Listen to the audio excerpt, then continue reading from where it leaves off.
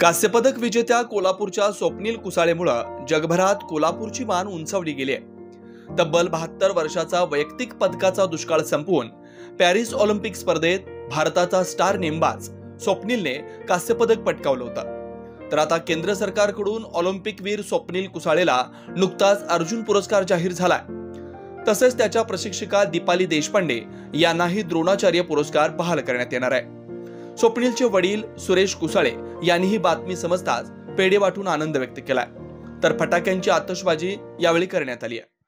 1 August 2024 मध्ये स्वप्नीलनं Paris Olympic 24 मध्ये 50 metre rifle त्रिपुरुष प्रकारामध्ये कांस्य पदक जिंकलं आणि ते पदक जिंकल्यानंतर साऱ्या देशामध्ये फार मोठा आनंदाचा माहोल तयार झाला। कारण आज अखेर आपल्या देशाला या इव्हेंटचं म्हणजे 50 मीटर रायफल त्रिपुरुष या प्रकाराचं कधीही पदक नव्हतं आणि त्यामुळं जो यंत्रणा आहे यंत्रणा देशाची ती फार मोठ्या आनंदामध्ये आहे। देशवासियांना फार मोठा आनंद झाला कारण स्वप्नील सारखा 1000 लोकवस्ती असलेलं गाव कांबळवाडी गाव आणि अतिशय खतराच्या परिस्थितीतून एक पुढारलेला मुलगा आहे।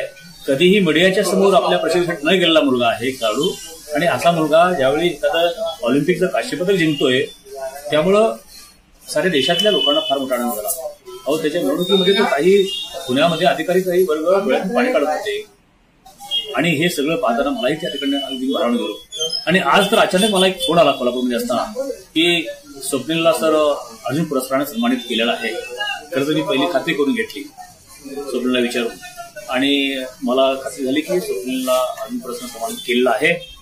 खरं तर मला अतिशय आनंद वाटतो की जे सिलेक्शन झालं त्याचं या सन्मानासाठी पुरस्कारासाठी खरं तर त्याची पाठीमागची परिस्थिती आतापर्यंत अखंड असं चाललेलं कठीण परिश्रम त्या सगळ्या गोष्टीचा विचार करून त्याचा हा पुरस्कार त्यांनी जाहीर केलेला आहे आणि हा पुरस्कार खरोखरच त्यांनी दिला त्याबद्दल मी देशाचं सिलेक्शन कमिटीचा फार आभारी आहे।